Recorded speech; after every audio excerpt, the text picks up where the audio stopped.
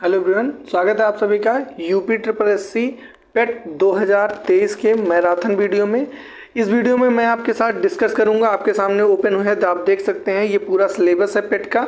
और इसमें जो मैं आपके साथ डिस्कस करूंगा वो भारतीय इतिहास का मैराथन क्लास में जो हमारा टॉपिक रहेगा वो सिंधु घाटी सभ्यता। इसको मैं पूरा आपके बीच कवर करने वाला हूँ। उससे रिलेटेड जितने भी एग्जाम में क्वेश्चन पूछे जा सकते हैं सब हम लोग पूरा अच्छे से पीपीटी के माध्यम से देखेंगे। इसके बाद हम लोग पूरा ऐसे ही आज सिंधु घाटी सभ्यता, फिर वैदिक संस्कृति, ऐसे में पूरा आपके साथ इस सब चैप्टर वाइज मैराथन क्लास लेकर आऊंगा। उसके बाद भारतीय राष्ट्रीय आंदोलन, भूगोल, लगभग आपके पास 50 दिन में बस आप मेरे साथ बने रहिए। मैं हर चीज़ों को आपके साथ डिस्कस करूंगा। देखिए, सबसे पहले जो मैंने आपसे पहले ही बताया कि मैं आपके साथ डिस्कस करूंगा भारतीय इतिहास के एक टॉपिक को, और जो टॉपिक रहेगा वो सिंधु घाटी सभ्यता। मैं आपको गारंटी देता हूं इससे बाहर आपका एक क्वेश्चन भी नहीं जाएगा। वन डे एग्जाम में हर जगह ये इफेक्टिव होगा, लेकिन मेन ये जो टारगेट किया गया है वो पेट के एग्जाम को टारगेट करते हुए ये पूरी सीट बनाई गई है। ठीक है, इसकी पीडीएफ आपको टेलीग्राम पर मिल जाएगी। आप देख सकते हैं पीडीएफ कितनी जे इंपॉर्टेंट है। सब मैं पिक्टोरियल रिप्रेजेंटेशन से सारी चीजें आपके साथ डिस्कस करने वाला हूं। जहां से भी अब तक क्वेश्चन पूछा गया है यूपी ट्रिपल एससी में, सब कुछ मैं आपके सामने ले लिया हूं। ठीक है, चलिए बिना किसी देरी के स्टार्ट करते हैं और कॉन्सेप्ट वाइज क्लास में आपको एक एक चीजों को मैं समझाता हूं। ठीक है, देखो भाई, सबसे पहले ये क्वेश्चन बन जाता है सिंधु घाटी सभ्यता जो है इसको अन्य किन नामों से जाना जाता है। तो आप यहाँ पर फोकस करिए तो आपके सामने आ जाएगा सिंधु घाटी सभ्यता को हड़प्पा सभ्यता, कांस्य युगीन सभ्यता या मेलुहा सभ्यता के नाम से जाना जाता है। ठीक है, ओके।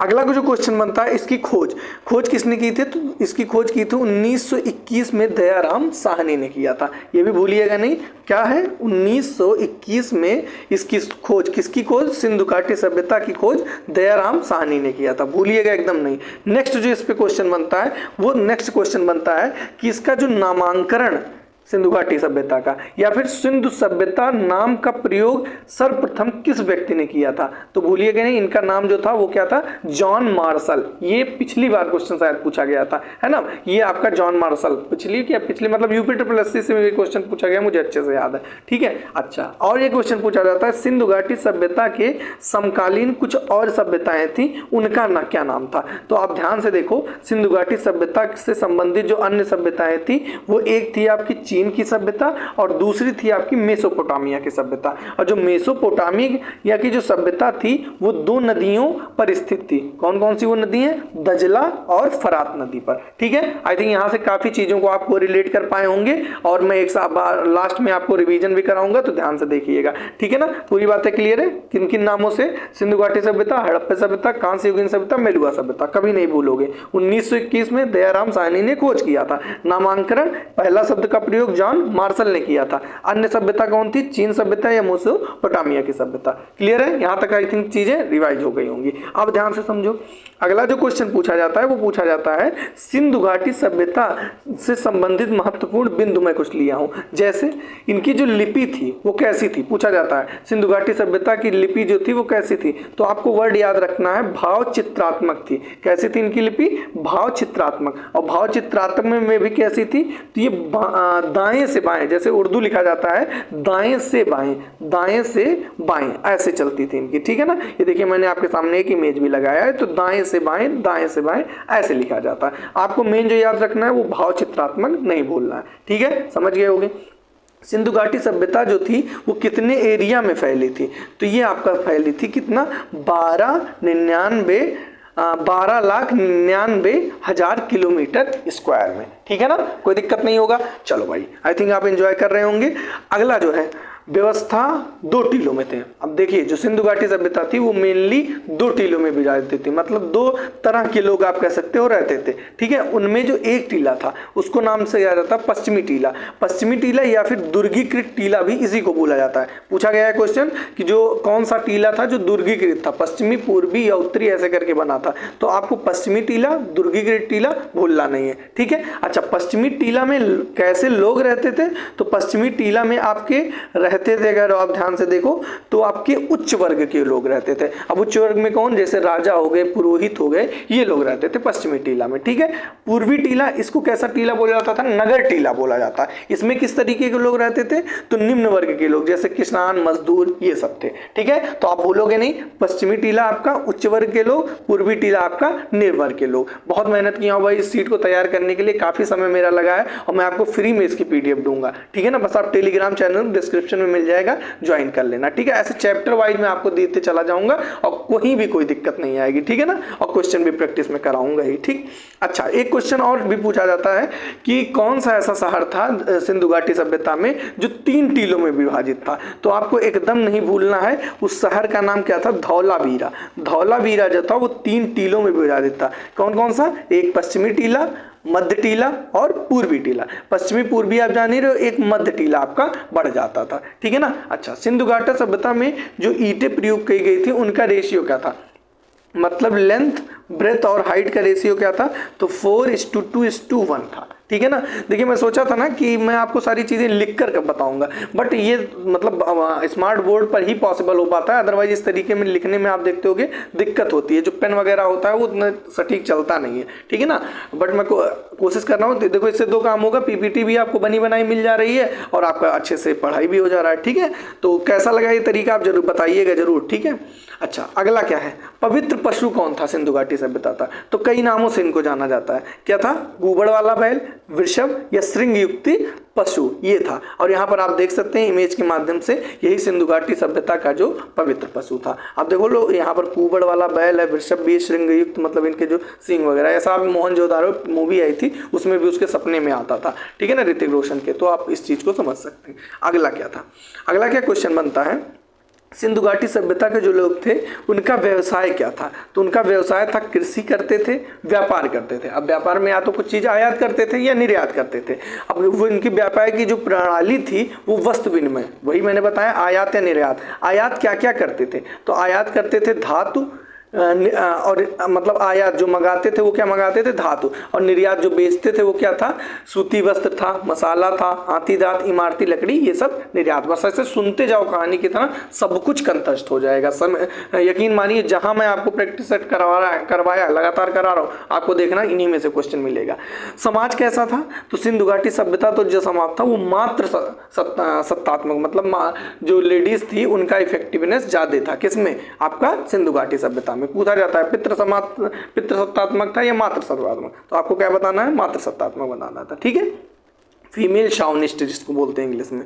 अच्छा, पशुपत पर जो मुहर थी वो किस, पशुपत पर जो मोहर थी वो उस मुहर पर क्या था, तो गैंडा, भैंस, हाथी, बाघ आदि को दर्शाया गया था जो पशुपत पर मुहर बनी थी। ठीक है, ये हो गया आपका। अगला जो क्वेश्चन बनता है आपका भाई, वो बनता है सिंधु घाटी सभ्यता के प्रमुख स्थल से बनता है। सिंधु घाटी सभ्यता के प्रमुख स्थल, देखो यहाँ पर आप देख सकते हो कि मैंने पूरा आपको सब कुछ मैप के माध्यम से दर्शाया है। जैसे आपका हड़प्पा यहाँ पर है, मांडा यहाँ पर है, मोहनजोदाड़ो यहाँ पर है, चन्हुदड़ो यहाँ पर है, ये सब आपके जो देख सकते हो मैप के माध्यम से। इसको पूरा मैं आपको पीडीएफ में दे दूंगा तो आप अच्छे से देख लीजिएगा। नदी भी देखिए यहाँ पर पूरा दिखाया गया है। ये सब जो आपको ये इतने जो प्लेस हैं आपको मैं दिखा दूं अच्छे से मैप में। ये जो प्लेस है इधर के वाले इंडिया की इस साइड का जो प्लेस है, ठीक है ना, ये आपका सिंधु घाटी सभ्यता। इसको इस मैप के बजाय अगर आप इस पे देखो तो और अच्छे से समझ पाओगे। ये देखो यहाँ पर पूरा क्या दिखाया गया है, सिंधु घाटी सभ्यता पर दिखाया। मतलब ये जो आप कह सकते हो कि ये नॉर्थ और east, south, north south east और ये वेस्ट, नॉर्थ ईस्ट वाला जो पोर्शन था इस पर सिंधु घाटी सभ्यता पूरी विद्यमान थी। ठीक है ना, और शहर कौन कौन से थे आप देख ही सकते हो, ये सब शहर के नाम है। इन शहर को हम लोग बहुत अच्छे से देखने वाले हैं। मेन जो इससे क्वेश्चन बनता है वो समझ लो। सिंधु घाटी सभ्यता का जो उत्तरी शहर पूछा जाता है और दक्षिणी शहर, पूर्वी शहर और पश्चिमी शहर, ये किन नदियों के किनारे था ये भी पूछा जाता है। ठीक है ना, तो अब दिखा देता हूं मैं यहाँ पर, ये देखो यहाँ पर अच्छे से लिखा हुआ है हड़प्पा सभ्यता और सीमाएं। देखो इसको आप अपने कॉपी में नोट भी कर लीजिएगा। जो नॉर्थ वाला था, नॉर्थ था, उसको मांडा बोलते थे। कहाँ पर है ये, जम्मू कश्मीर में है, देखिए लिखा हुआ है। तो सिंधु घाटी सभ्यता का उत्तरी शहर कौन सा था, तो उत्तरी शहर आपका क्या था, मांडा, और जो कि जम्मू कश्मीर में है। अच्छा, दक्षिणी शहर क्या था, ये आपका दैमाबाद था। क्या था, दैमाबाद, और ये कहाँ पर है, महाराष्ट्र में है। ठीक है, दक्षिणी सीमा हो गया। अच्छा, देन आपका आता है पूर्वी सीमा। पूर्वी सीमा आपका क्या था, उत्तर प्रदेश में है आलमगीरपुर, और उत्तर प्रदेश में भी मेरठ में है, ठीक है, पूछा जाता है। और जो आपका पश्चिमी सीमा था वो सुत कांगेडोर, जो कि बलूच मतलब पाकिस्तान कह सकते हो, पश्चिमी सीमा है, ठीक है ना। अच्छा, किन किन नदियों के बीच किनारे था, यही देखो यहाँ पर लिखा हुआ है। देखो जो मांडा है जम्मू कश्मीर में, वो चिनाब नदी के किनारे उत्तर में, समझ गए। उसके बाद दक्षिण में आपका क्या है, दक्षिण में मैंने, आप देख लीजिए यहाँ पर मैंने आपको अच्छे से एक्सप्लेन किया। दक्षिण में आपका क्या है, देखो ऐसे भी याद करते हो, यहाँ पर तो भगवत राव करके लिखा, बट आपको दैमाबाद याद करना है, ठीक है ना। दैमाबाद, दा से दक्षिण और दा से दैमाबाद, ठीक है ना। ये किस नदी के, ताप्ती। और अगला जो है आलमगीरपुर, आलमगीरपुर यूपी में है, किस नदी के किनारे, हिंडन नदी के किनारे। और आपका सुत कांगडोर ये दास्क नदी के किनारे है। और ये कहाँ पर है सुत कांगडोर, ये आप कह सकते हो कि पाकिस्तान में है, ठीक है ना। आई थिंक यहाँ तक सारी चीज़ें आप अच्छे से समझ पाए होंगे। यहाँ से ये जो 4 क्वेश्चन बने हैं ये भी बहुत इंपॉर्टेंट है कि नॉर्थ वाला शहर कहाँ और साउथ वाला, ईस्ट वाला, वेस्ट वाला, भूलिएगा नहीं किस नदी के किनारे, ये भी इंपॉर्टेंट है। तो ये पूरा आपका कौन सा शहर किस नदी के किनारे है ये मैंने बता दिया है ना, जो नॉर्थ साउथ और ईस्ट वेस्ट में थे।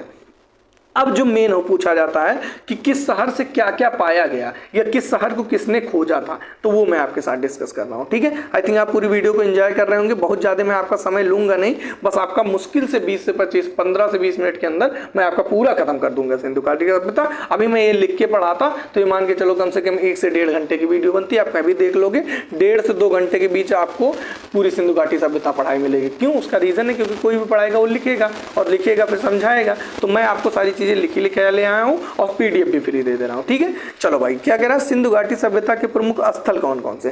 तो सिंधु घाटी सभ्यता का जो सबसे महत्वपूर्ण स्थल है वो आपका क्या है, लोथल, ठीक है। अब बात आती है सर लोथल है, तो लोथल कहां पर है, तो ये लोथल जो है वो गुजरात में भोगवा नदी के किनारे है, ठीक है। इस शहर की खोज किसने किया था, तो SR राव ने किया था। आप देख सकते हो कि ये जो लोथल शहर है ये इस हिसाब से कुछ था, इसके चारों तरफ ये देखो ये ऐसे नदियां बहती है ना, तट था, इसी वजह से इसको एक नाम से जाना जाता है, वो आप देखोगे व्यापारिक नगर, क्योंकि यहाँ से बहुत ज़्यादा व्यापार वगैरह होता था, ठीक है ना। तो ये आपका हो गया लोथल, कहाँ पर है, गुजरात। आप जानते भी हो जब मैप आप बनाओगे इंडिया का ऐसे करके तो यहाँ पर आपका गुजरात आ जाता है, ठीक है। तो ये यहीं पर तो था ये पूरा, देखो नदी के किनारे, ठीक है, व्यापार करने में बहुत आसानी थी। तो गुजरात में भोगवा नदी के किनारे SR राव द्वारा आपका लोथल का खोज किया गया। और इसकी विशेषताएं क्या थी, यहाँ पर क्या क्या मिला, तो यहाँ पर आपको मिला था, देख ध्यान से समझ लो, जितना बताऊंगा इंपॉर्टेंट ही बताऊंगा। आपको मिला था दोहरे समाधान के साक्ष्य, मतलब 2 लोग एक साथ दफन थे, चावल की भूसी के साक्ष्य मिला, और जहाज बनाने के साक्ष्य मिले, और व्यापारिक नगर इसको बोला जाता था, ठीक है ना। तो बस आपको होने को बहुत कुछ है, बट ये 4 चीजें आपको दिमाग में रखना है, ठीक है। आई थिंक भूलोगे नहीं आप, ठीक है। नेक्स्ट आपका आता है कालीबंगा। कालीबंगा ये आपका कहाँ पर है, तो पहले तो यही पूछा जाता है कालीबंगा, तो ये राजस्थान के घग्गर नदी के किनारे। इसकी खोज किसने किया था, बालकृष्ण थापर ने किया था। इस हिसाब से जब खोज की गई तो इस हिसाब से चीजें मिली थी, ठीक है। अच्छा, इसकी विशेषताएं क्या थी आपके कालीबंगा राजस्थान, तो इसकी जो विशेषताएं थी, सबसे पहले आप इसको ध्यान रखनी है, चूड़ी यूड़ी वगैरह जहां पर मिला था, ये बहुत इंपॉर्टेंट। तो जली पक्की काली चूड़ियां मिली थी कालीबंगा में, ठीक है। अगला जुताई के आपके जुताई की हुई सतह मिली, मतलब जो खेत मिले थे वो जुताई किए हुए थे। और 7 अग्निवेदियां के साक्ष्य, मतलब अग्निवेदियों के साक्ष्य भी आपके मिले थे, कहां पर, कालीबंगा राजस्थान। भूलिएगा नहीं, वो बहुत इंपॉर्टेंट है। अगला, चलो अगला क्या है, देखो मैं एक काम आपसे कह रहा हूं, आपको कुछ नहीं करना है, बस सिंपल आपके लिए कह दे रहा हूं। जितने शहर के नाम है, मान लो जैसे लोथल, आपको कमेंट में क्या करना है, लोथल लिखना है, और लोथल के आगे ये किस शहर के किनारे है, तो गुजरात, बस इतना कर देना है। किसका किसका, जितना मैं बता रहा हूँ, लोथल बताया, उसके बाद कालीबंगा बता दिया, और उसके बाद मोहनजोदाड़ो। इससे आप रिकॉल कर पाओगे और मुझे पता चल जाएगा आप वीडियो यहाँ तक देखे थे, तो बताइएगा जरूर, it's kind request to all of you, ठीक है। तो मोहनजोदाड़ो ये कहाँ पर है, पाकिस्तान में रावी नदी के किनारे है। और इसकी खोज किसके द्वारा किया गया था, खोज किया गया था दयाराम साहनी के द्वारा, ठीक है। ये बहुत इंपॉर्टेंट है, मोहनजोदाड़ो आपका कहां पर है, रावी नदी के किनारे, ठीक है। अच्छा, अगला अन्य नाम, ये बहुत इंपॉर्टेंट है। अन्य नाम जो है, इसको मोहनजोदाड़ो का अन्य किस नाम से पूछा जाता है, ये तो क्वेश्चन कई बार पूछा गया है। मृतकों का टीला किसे कहा जाता है, तो मोहनजोदाड़ो, या फिर सिंध का बाग बोला जाता है, या हड़प्पा की जुड़वा बहन भी बोला जाता है, किसको, मोहनजोदाड़ो को, ठीक है। आई थिंक आप कभी नहीं भूलोगे, इस हिसाब से मैं चीजों को बता दी। आप इमेज के माध्यम से भी चीजों को देख सकते हो, तो इस हिसाब से खुदाई हुई तो इस हिसाब से मिला था। अब मोहनजोदाड़ो की क्या क्या विशेषता है, तो बड़ी बड़ी चीजें यहाँ पर मिली थी, है ना। विशाल लगा होगा, तो विशाल स्नानागार, विशाल अन्ना रत्नागार, नटराज की मूर्ति, और क्या मिला था, और मिला था आपका विशाल रत्नागार, मैंने बता दिया, विशाल नटराज की मूर्ति, दाढ़ी वाले महादेव मिले, कांस नर्तकी की मूर्ति मिली, स्वास्तिक चिन्ह मिला। तो ये सब चीज़ें भूलिएगा नहीं, इतनी चीज़ें आपकी कहाँ से मिली थी, मोहनजोदड़ो से मिली थी। ठीक है, चलो हड़प्पा आ जाओ। हड़प्पा भी जो आपका था वो रावी नदी के किनारे था। हड़प्पा पंजाब में, अब आपको कमेंट में लिखना हड़प्पा लिखना है ऐसे, हड़प्पा और पंजाब उसके बगल लिखते हैं। देखो ज्यादातर चांस से क्वेश्चन ऐसे ही पूछ लिया जाता है, हड़प्पा किस नदी के किनारे था, है ना, तो हड़प्पा आपको सिंपल यही लगा देना है, रावी नदी के किनारे। ऐसे याद कर लो, एच से ऐसे हड़प्पा और आर से रावी। ठीक है, ओके। अच्छा, कहीं भी कोई डाउट अगर होता है या मेरे द्वारा अगर कहीं कोई चीज़ें कन्फ्यूजन में है तो प्लीज़ आप कमेंट करके पूछ लीजिएगा। हो सकता है टाइपिंग में कहीं कोई एरर आ गई, वह मैंने अपने तरफ से एंड से चेक किया है। पंजाब में रावी नदी के किनारे खोज किसने किया था, दयाराम साहनी ने 1921, ईयर भी याद कर लीजिएगा कि हड़प्पा की खोज 1921 में दयाराम साहनी द्वारा। इस हिसाब से आपका जब खुदाई हुई तो इस हिसाब से कुछ दिखा था। ठीक है, अच्छा यहाँ की विशेषता क्या थी, यहाँ पर क्या क्या मिला, तो ध्यान से देखना। यहाँ पर आप कह सकते हो कि आपको मिले थे जले हुए गेहूं के साक्ष्य मिले और जौ के भी साक्ष्य मिले, और घर का निर्माण हुआ था वो भी घर निर्माण के हिसाब से मिले, लेकिन वहाँ पर जो घर का निर्माण था वो ग्रिड पद्धति में था। भूलिएगा नहीं, पूछा जाता ग्रिड पद्धति का निर्माण कहाँ पर हुआ था, तो आपको क्या याद रख के चलना है, हड़प्पा। ठीक है, कपास की खेती के साक्ष्य भी आपके यहाँ पर मिले और कछुआ की हड्डी के साक्ष्य मिले, और पश्चिमी टीला पर रक्षा दीवार बना हुआ था। इतनी चीज आपको कहाँ से मिला था, आपको हड़प्पा से मिला। ठीक है, आई थिंक चीज़ों को आप समझ पा रहे होंगे, आपको बोर तो नहीं होने दे रहा हूँ। बाकी देखो क्या होता है, धौलावीरा। धौलावीरा समझ लो, धौलावीरा गुजरात में भोगवा नदी के किनारे था। इसकी जो खोज की गई थी वो की गई थी किसके द्वारा, जेपी जोशी के द्वारा किया गया था। क्या, धौलावीरा का खोज। ठीक है, चलिए इससे रिलेटेड और बातें बता दो। देखो धौलावीरा जो था वो था आपका जल निकासी का उचित प्रबंध था, और यहाँ पर मैंने आपको पहले भी बताया था एक ही ऐसा शहर था सिंधु घाटी सभ्यता के समय जिसमें 3 टीला था। तो वो ऊपर मैंने आपको बताया था, है ना, जब पूर्वी टीला पश्चिमी टीला बता रहा था। यहाँ भी विशेषताओं में त्रिस्तरीय संरचना थी, पश्चिमी टीला, पूर्वी टीला और मध्य टीला। यहाँ पर धौलावीरा में क्रीड़ा का मैदान पूछा जाता है, क्रीड़ा का मैदान का साक्ष्य मिला और जलकुंड या कुआं का साक्ष्य मिला। यहाँ पर आप देख सकते हो ये आपका कुआं वगैरह मिला था। ठीक है, कोई दिक्कत नहीं है, बहुत अच्छी बात है। चलो चनहुदड़ो, चनहुदड़ो कहाँ पर मिला, तो चनहुदड़ो जो शहर है वो आपका पाकिस्तान में है। कहाँ पर है, सिंधु नदी के किनारे है। खोज किसने किया था, तो ये खोज किया था गोपाल मजूमदार या फिर JH मकाय द्वारा किया गया था चनहुदड़ो का खोज। और एक क्वेश्चन पूछा जाता है, इंडस वैली सिविलाइजेशन का औद्योगिक नगर किसे कहा जाता है, तो किसे कहा जाता है, चनहुदड़ो को। देखो यहाँ पर क्या था, चनहुदड़ो में से प्राप्त आपका जार ये मिला था चनहुदड़ो में जब खुदाई हुई थी। और एक चीज, चनहुदड़ो में कोई मतलब आप कह सकते हो सौंदर्य से रिलेटेड, मतलब लेडीज के अगर जो साज सज्जा से रिलेटेड सामान मिले तो चनहुदड़ो में जाएगा। ठीक है, तो क्या क्या मिला, लिपस्टिक मिला, काजल मिला, पाउडर, कंघा, ये सब कहाँ मिला, चनहुदड़ो। ठीक है, भूलिएगा नहीं। हाथी दांत मिला, मनका बनाने का कारखाना, 4 पहिया वाली गाड़ी, बिल्ली का पीछा करता कुत्ता मिला, वक्राकार ईंटों के साक्ष्य भी कहाँ मिले, चनहुदड़ो मिले। ठीक है, तो ये मेन जो इंपॉर्टेंट शहर थे जिनका अंदर से पूछा जाता है वो क्वेश्चन। अब कुछ ऐसे हैं कि बस उनके बारे में थोड़ा सा नॉलेज हो जाए कि किस नदी के किनारे थे, तो रोपड़ पंजाब भूलना नहीं, किस नदी के किनारे, सतलज नदी के किनारे। तो चलिए एक बार रिवाइज करिए मेरे साथ, रोपड़ पंजाब सतलज नदी यज्ञदत्त द्वारा खोजा गया, और मालिक के साथ कुत्ते का दफन का साक्ष्य मिला था कहाँ पर, रोपड़ में मिला था। ठीक है, आई थिंक भूलोगे नहीं। नेक्स्ट है आपका गला एकदम सूख गया लगातार बोलते बोलते। बनावली, बनावली कहाँ पर था, किस के किनारे, तो हरियाणा के किनारे था। किस नदी के किनारे था, सरस्वती नदी के किनारे था। आर्यस विष्ट द्वारा खोजा गया था, किसको, बनावली को। ठीक है, और ये समृद्धों के शहर के नाम से भी जाना जाता है। ठीक है, अगला है आपका सुरकोटदा। सुरकोटदा जो है वो कहाँ पर था, ये गुजरात के किनारे, मतलब गुजरात में है सुरकोटदा। यहाँ पर क्या मिले, घोड़े के अस्थि के प्रमाण मिले, अंडाकार कब्र मिली, सवाधान मटके। बस ऐसा सुनते जाओ, मेन क्या है इंपॉर्टेंट, सुरकोटदा जो है वो गुजरात। ठीक है, Alamgirpur already I have told, Uttar Pradesh में। ये आपका किधर था, नॉर्थ साउथ ईस्ट वाला जो शहर था वही आपका आलमगीरपुर। उत्तर प्रदेश हिंडन नदी के किनारे थे, वाई.डी. शर्मा द्वारा खोजा गया था। लास्ट वन होगा आपका राखीगढ़ी। तो राखीगढ़ी आपका क्या हो जाएगा, यहाँ पर देखो राखीगढ़ी ये कहाँ पर था, तो राखीगढ़ी हरियाणा नदी के, हरियाणा में था आपका ये शहर। और ये किस नदी के किनारे, सरस्वती नदी के किनारे। खोज किसने किया, अमरेंद्र नाथ या फिर सूरजभान द्वारा खोजा गया। तो ये था भाई मेरे द्वारा आपका पूरे सिंधु घाटी सभ्यता का मैराथन वीडियो, ठीक है ना, क्योंकि इससे बाहर कुछ सिंधु घाटी सभ्यता में पूछ नहीं सकता।